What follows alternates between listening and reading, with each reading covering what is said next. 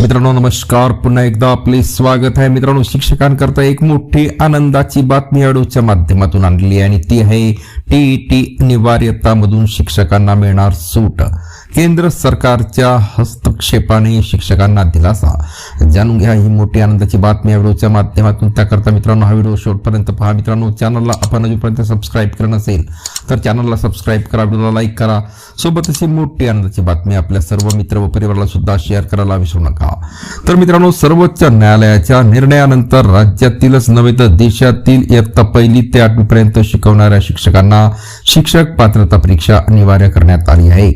या निर्णयामुळे बरेच शिक्षक मोठ्या तणावामध्ये आहे. एकीकडे विद्यार्थ्यांना शिकवावे की परत शिक्षक पात्रता परीक्षा करिता परीक्षेची तयारी करावी अशा द्विधा मनस्थितीमध्ये शिक्षक काम करीत आहेत.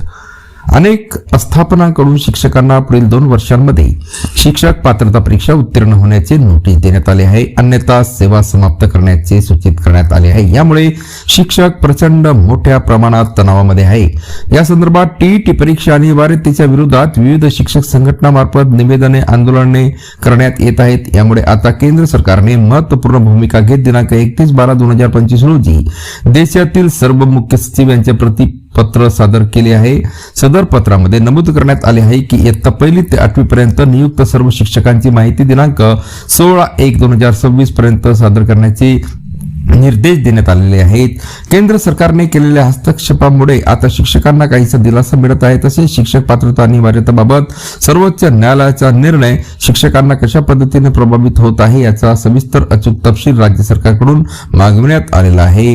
केंद्र सरकारने मागविलेल्या माहितीमध्ये शिक्षकांची वयोगट निहाय माहिती मागविण्यात आलेली आहे. तसेच सन 2011 मध्ये NCTE द्वारे जारी करण्यात आलेल्या अधिसूचनानुसार राज्यातील किती शिक्षकांची नियुक्ती केली आहे तर सन 2011 नंतर किती शिक्षकांची नियुक्ती करण्यात आलेली आहे याच्या तपशीलवार माहिती मागवण्यात आलेली आहे. केंद्र सरकारच्या या हस्तक्षेपामुळे पुढे नेमके कोणते निर्णय घेतले जाणार याकडे शिक्षकांचे लक्ष वेधले आहे.